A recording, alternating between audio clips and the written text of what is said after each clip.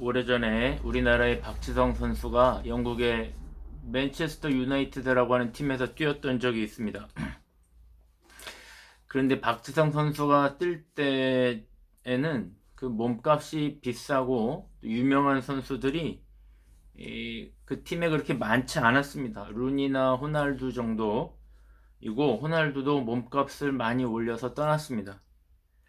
메뉴가 명문 구단이니까 여기 이제 이 구단으로 와서 자신의 몸값을 올리고, 몸값이 올라가면 돈을 더 많이 주는 대로 떠나고, 그런 식이었습니다.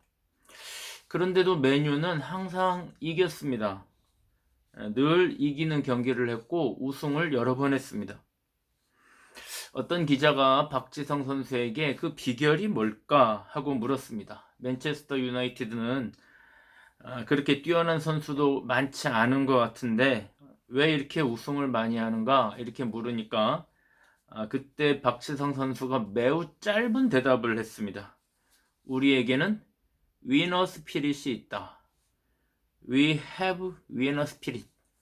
아주 짧은 대답을 하고 인터뷰장을 떠났습니다. 우리에게는 위너 스피릿이 있다. 우리에게는 승리자의 정신이 있다. 우리는 늘 승리자의 마음으로 무장되어 있다. 이렇게 말한 거죠. 어떤 마음을 가지고 사는가, 어떤 마음으로 무장되어 있는가, 굉장히 중요합니다. 우리는 패배자다. 우리는 지는 팀이다. 이런 마음을 가진 선수들과 우리는 승리한다 라는 마음을 가진 팀이 경기를 하면 누가 이기겠습니까? 몇 년 전에, 수년 전에, 아주 오래된 것 같습니다만은 프랑스의 노틀담 성당이 불에 탄 적이 있습니다. 노틀담이란 말은 우리의 어머니라는 뜻입니다. 성모 마리아를 기념하는 성당입니다. 파리 사람들의 자존심 같은 그런 건물인데 그 건물이 불에 타니까 파리 사람들도 하염없이 눈물을 흘렸습니다. 진짜 성모 마리아가 죽은 것처럼 그렇게 슬퍼했습니다. 제가 그 장면을 보다가 저도 참 안타깝다. 우리나라에 숭례문이 탄 적도 있으니까 안타깝다 하는 마음을 가지고 보다가 문득 이런 생각을 했습니다. 지금 저 프랑스 사람들은 노틀담 성당을 잃어버린 것에 슬퍼할 게 아니라 정작 하나님을 잃어버린 것에 대해서 슬퍼해야 되는 것은 아니냐. 기독교 신앙을 잃어버린 것을 슬퍼해야 되는 것은 아니냐. 이 프랑스는 수많은 선교사를 배출했던 나라 중에 하나입니다. 지금은 유럽에서 이슬람이 가장 많이 침투한 나라이고 이슬람이 가장 많이 침투한 것과 관계가 있는지는 모르겠지만은 테러도 가장 많이 일어나는 나라가 되었습니다. 새해가 시작되고 한 달이 지나고 나니 저는 우리의 의식 속에 어떤 정신이 지배하고 있는가? 우리를 지배하고 있는 정신은 뭔가? 나는 지금 어떤 신앙으로 무장되어 있는가? 생각해보는 그런 시간이 있었습니다. 바울과 바나바가 섬기던 교회가 안디옥 교회인데 그 교회 출신으로 이그나티우스라고 하는 교부가 있었습니다. 그는 로마 황제 박해가 아주 박차를 가하던 107년에 사망했는데 로마의 승리를 자축하는 자리에서 화형을 당하게 되어 있었습니다. 그것을 알면서도 이그나티우스는 로마로 가고 있었습니다. 그때 많은 그의 동역자들과 친구들이 그를 살리기 위해서 백방으로 애쓰고 있었습니다. 투서를 보내고 아는 고위 관료들과 접촉을 하고 이그나티우스는 친구들의 그런 움직임을 다 알고 있었습니다. 그러자 그는 그의 친구들에게 이런 편지를 보냈습니다. 편지의 한 구절입니다. 나는 야수의 이빨이 두려운 것이 아니라 오히려 여러분의 친절이 두렵습니다. 여러분은 여러분이 계획하는 바를 실천에 옮길 수는 있을 겁니다. 그러나 만약에 그렇게 한다면 나는 하나님에게 기쁘고 담대하게 나아가지 못할 겁니다.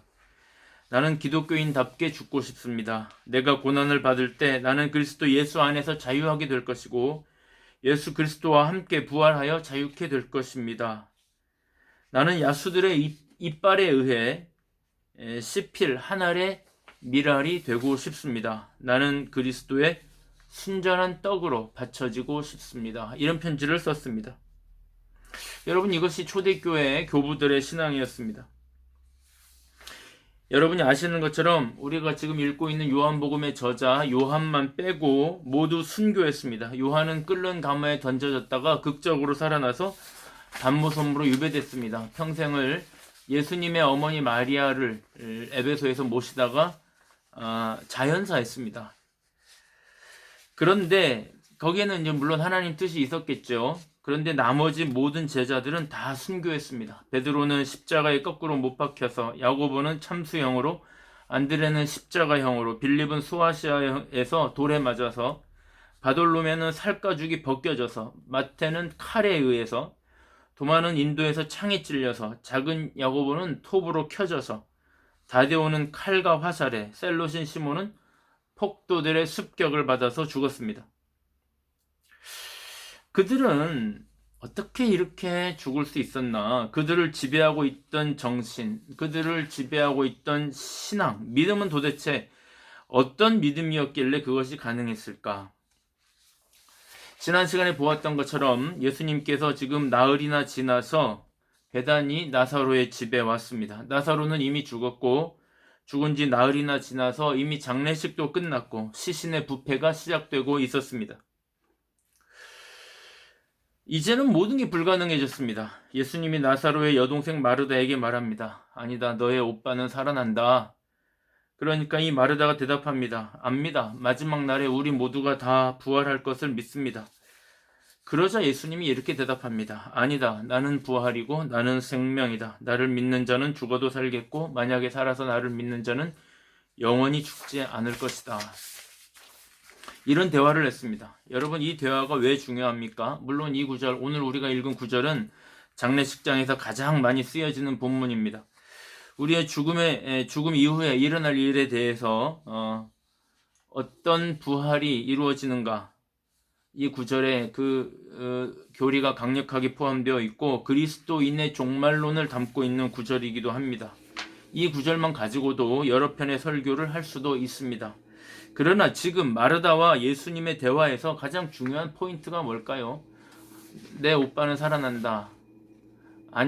압니다. 마지막 날에 살아날 걸 제가 압니다.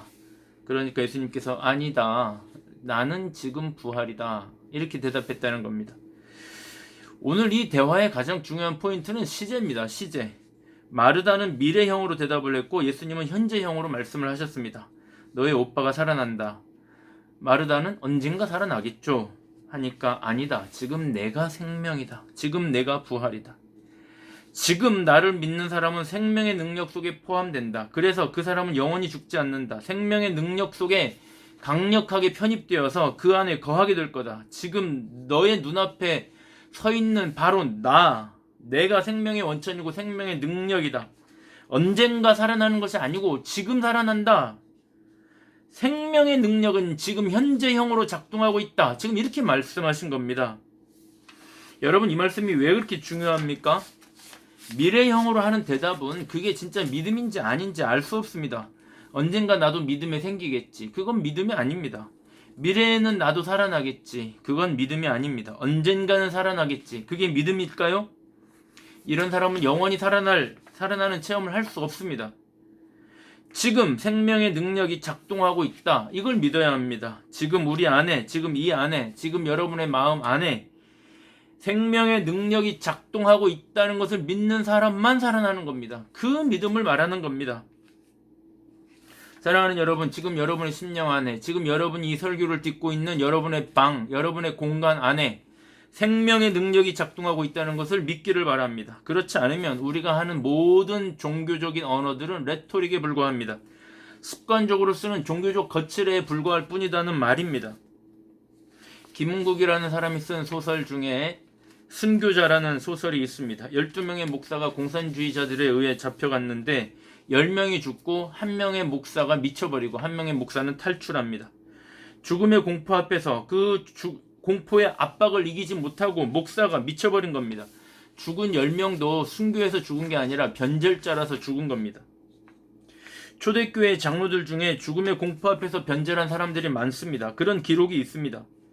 우리도 사실 그런 환경, 그런 압박이 주어진다면 죽음의 공포 앞에서 우리는 어떤 결정을 할 수 있을까? 지금 당장 누가 와가지고 권총을 들이대면서 예수를 포기하지 않으면 죽이겠다고 말할 때 우리는 어떤 결정을 할 수 있을까? 물론 장담할 수 없습니다.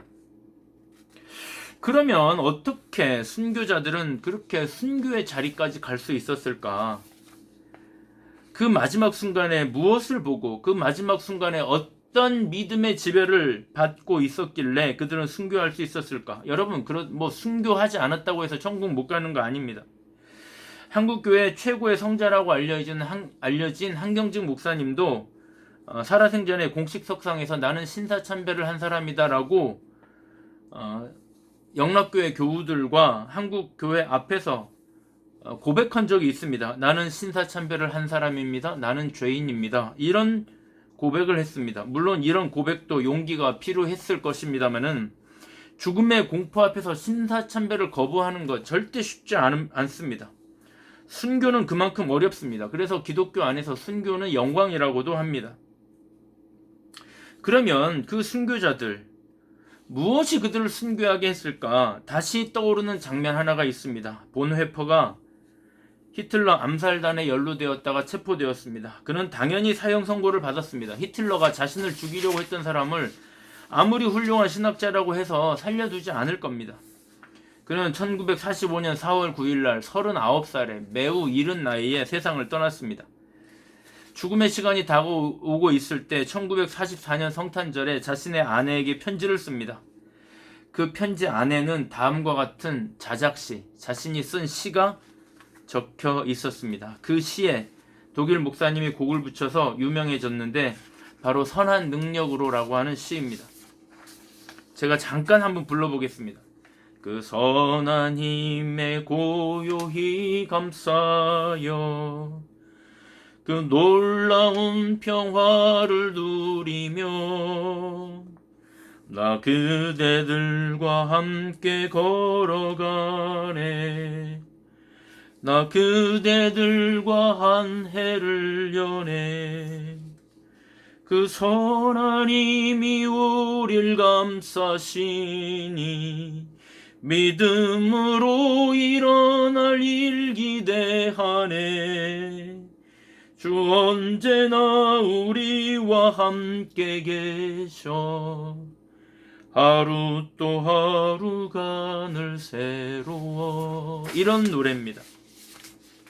본회퍼는 죽음의 순간에 선한 능력이, 생명의 능력이 자신을 감싸고 있다는 것을, 이 고요한 밤에, 이 성탄절 밤에 생명의 능력이, 선한 생명의 능력, 선한 능력이 나를 감싸고 있다는 것을 느꼈습니다. 그래서 순교하는 겁니다. 카타콤의 순교자들, 예수님의 제자들도 그래서 순교했을 겁니다. 전에도 말씀드렸지만 카타콤의 순교자들이 죽을 때 웃으며 죽었습니다. 네로가 그것을 보고 경악을 했습니다. 어떻게 이 사람들이 죽으면서 웃을 수 있는가? 사자의 발톱에, 사자의 이빨에 찢기면서 어떻게 그 얼굴이 웃을 수 있는가? 이 생명의 능력이 그들을 감싸고 있었기 때문입니다. 이 생명의 능력이 죽음의 순간에 작동하고 있다는 것을 그들은 느꼈기 때문입니다. 저는 지금 이 순간 여러분이 이 생명의 능력, 이 부활의 능력, 지금 이 순간 작동하고 있는 생명의 능력을 믿는 생명의 신앙을 갖게 되기를 축복합니다. 하나님의 생명의 능력은 지금도 역사합니다. 지금 이 순간 역사합니다. 여러분 죽어도 됩니다. 그러면 하나님이 다시 살리십니다. 그래서 우리는 담대히 죽을 수 있습니다. 담대히 자존심을 내려놓을 수 있습니다. 담대히 손해를 감수할 수 있습니다. 나의 죽음, 나의 양보, 나의 손해가 전혀 두렵지 않습니다. 죽어도 된다. 과감히 나를 버리면 된다. 과감히 손해를 봐도 된다는 믿음이 생깁니다. 여러분, 오늘 우리가 이 시대에 이 생명의 신앙, 순교의 신앙을 어떻게 적용할 수 있습니까? 지금 우리 시대는 예수 믿으면 죽인다고 하는 사람이 없습니다. 권총을 들이대고 예수 믿으면 당장에 죽이겠다고 하는 시대가 아닙니다. 그러면 이 생명의 신앙, 이 부활의 신앙을 오늘 우리는 어떻게 적용할 수 있을까? 그 첫 번째가 가장 중요한 적용, 가장 중요한 열매가 용서입니다. 용서. 이 생명의 능력, 다시 살리는 능력을 믿는 사람은, 그 생명의 능력이 나를 휘감고 있다는 것을 아는 사람은 그 생명의 능력으로 남을 용서하게 됩니다. 톨스토이의 부활이라고 하는 소설 여러분 다 아실 겁니다. 책 표지에 마태복음 18장 21절과 22절이 적혀 있습니다. 부활이라고 하는 소설에 왜 마태복음 18장 21절 22절이 적혀 있을까요? 여러분 마태복음 18장 21절의 내용은 어떤 겁니까? 베드로가 예수님에게 묻습니다. 예수님, 형제가 나에게 잘못을 했을 때 내가 몇 번 용서하면 됩니까? 7번 하면 됩니까? 아주 자랑스럽게 물었습니다. 그러니까 예수님께서 7번씩 70번을 해라, 이렇게 말씀합니다. 여러분, 7은 대단히 많은 숫자입니다. 탈무드에는 3번까지만 용서해도 된다고 했습니다. 3번까지 용서하면 굉장히 잘하는 거라고 했는데 7번 용서하는 사람은 거의 없었고, 만약에 누군가가 7번 용서를 한다면 성인 군자에 속할 사람인데, 예수님은 그런데 그것도 아니고 7번씩 7번씩 70번 하라는 겁니다. 이 말은 계속해서 용서하라는 말입니다. 그 사람이 같은 죄를 계속 반복하는데도 계속 용서하라는 겁니다. 언제까지? 그 죄를 반복하지 않을 때까지 용서하라는 겁니다. 여러분, 이 구절이 왜 부활이라고 하는 리서렉션, 위에 부활이라고 하는 소설에 첫 머리를 장식했을까요? 용서라는 것은 그 사람의 그 다음을 희망하는 사람만 가능한 것이기 때문입니다. 이놈은 포기해야 돼. 아무리 해도 희망이 없어. 누가 와도 이 사람은 회복될 가능이 없어 라는 마음을 갖는 순간 용서가 불가능합니다. 품어줄 수가 없습니다. 그러나 생명의 능력 안에 있는 사람은 사람을 품는 범위가 매우 다양하고 매우 광폭의 용서를 합니다. 계속해서 지속적으로 용서하고 더 많은 사람들을 용서합니다. 반대로 생명의 능력이 안에 없으면 사람을 품는 범위가 너무 협소합니다. 자기가 친한 사람, 자기가 컨트롤이 가능한 사람, 자기 마음에 맞는 사람만 품게 되는 겁니다. 나는 저와 여러분이 사람을 품는 범위가 지금보다 조금만 더 넓어질 수 있기를 진심으로 바랍니다. 오늘날에는 그게 순교입니다. 생명의 능력을 믿는 사람의 행보가 바로 그런 겁니다. 우리 역사에 진짜 광폭의 용서를 보여준 사람은 바로 손영원 목사님일 겁니다. 여러분, 톨스토이의 부활이란 소설의 이 맨 앞절에 이 말씀이 차지하는 이유가 바로 그런 것이기 때문입니다. 사랑하는 여러분, 생명의 능력을 믿는 사람은 도저히 용서가 불가능하고 용서할 수 없는데 용서하는 사람이고, 도저히 사랑할 수 없는데 사랑이 가능하고, 도저히 품어줄 수 없는데 다가가 안아주게 되는 것, 그게 생명의 능력을 가진 사람입니다. 여러분, 이건 기질의 문제가 아닙니다. 신앙의 문제입니다. 그러면 어떤 사람이 이 신앙을 가질 수 있습니까? 그게 중요한데, 결론적으로 말하면 이 생명의 주님을 체험한 사람, 이 생명의 주님을 만난 사람만 가능합니다. 오늘부터 내가 이 생명의 능력을 믿어야지, 나는 부활 신앙을 가져야지, 그렇게 결단한다고 되는 게 아니고 예수 그리스도를 만났던 사람만 그게 가능합니다.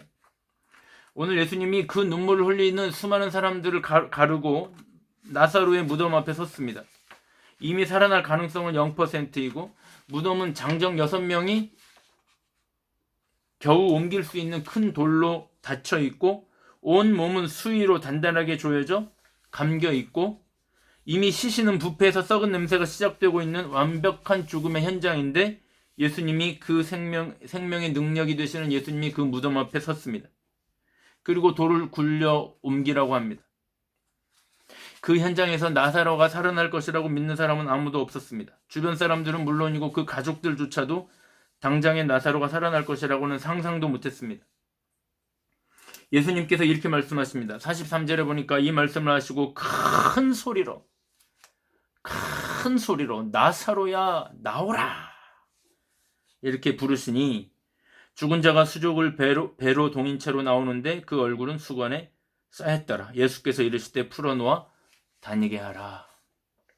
예수님께서 무덤을 향해 말씀하셨습니다. 나사로야 나오라. 무덤 속에 갇혀있지 말고 일어나 나오라.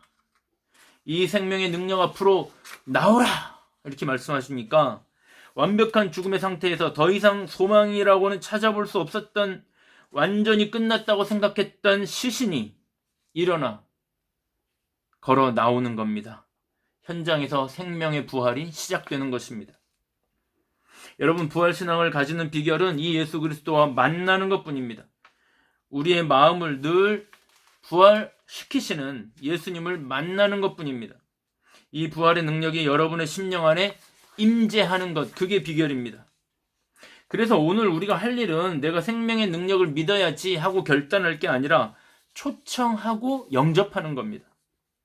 무덤 앞에 서신 예수님께서 말씀하실 때 나사로가 나왔던 것처럼 여러분의 마음을 완전히 열고 지금 이 순간 생명의 능력을 받아들이면 됩니다. 생명의 능력을 호흡으로 호흡하시면 됩니다.